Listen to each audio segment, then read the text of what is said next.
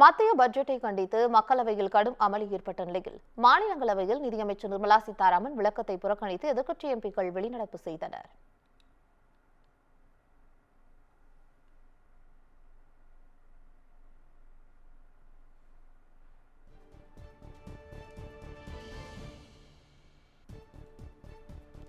நாடாளுமன்றத்தில் முன்னதாக நிதியமைச்சர் நிர்மலா சீதாராமன் மத்திய பட்ஜெட்டை தாக்கல் செய்த நிலையில் நாற்காலியை காப்பாற்றும் பட்ஜெட் என எதிர்க்கட்சிகள் விமர்சித்தனர்.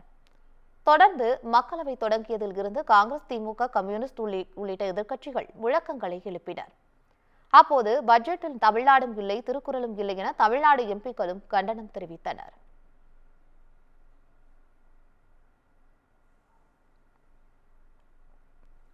தொடர்ந்து சபாநாயகர் எச்சரிக்கையையும் மீறி ஆந்திர எம்பிக்களை பேசவிடாமல் இந்தியா கூட்டணி கட்சிகள் அமளியில் ஈடுபட்டனர்.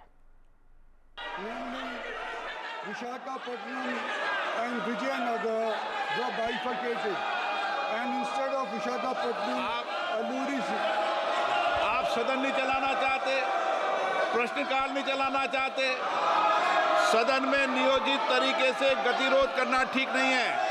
और माननीय सदस्यगणों, संसद में प्रदर्शन करते समय इस बात का ध्यान रखना चाहिए कि किसी भी माननीय सदस्य को गेट पे आने पे गतिरोध पैदा नहीं होना चाहिए। मैंने बुलाकर भी चर्चा की है.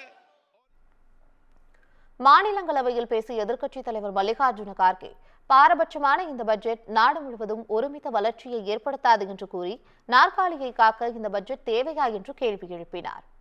அப்போது குறுக்கிட்டு பேசிய நிர்மலா சீதாராமன் எல்லா மாநிலங்களின் பெயர்களையும் பட்ஜெட்டில் குறிப்பிட முடியாது என்று விளக்கம் அளித்தார்.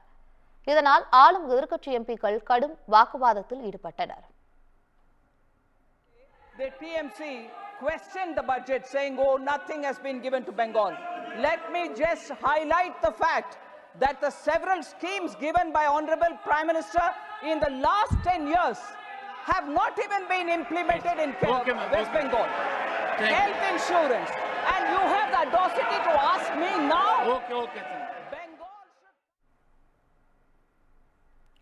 பட்ஜெட் விவாத நேரத்தை அதிகரிக்கிறோம் என மாநிலங்களவை தலைவர் ஜெகதீப் தங்கர் தெரிவித்த நிலையில் நிதியமைச்சரின் விளக்கத்தை புறக்கணித்து எதிர்க்கட்சி எம்பிக்கள் வெளிநடப்பு செய்தனர்.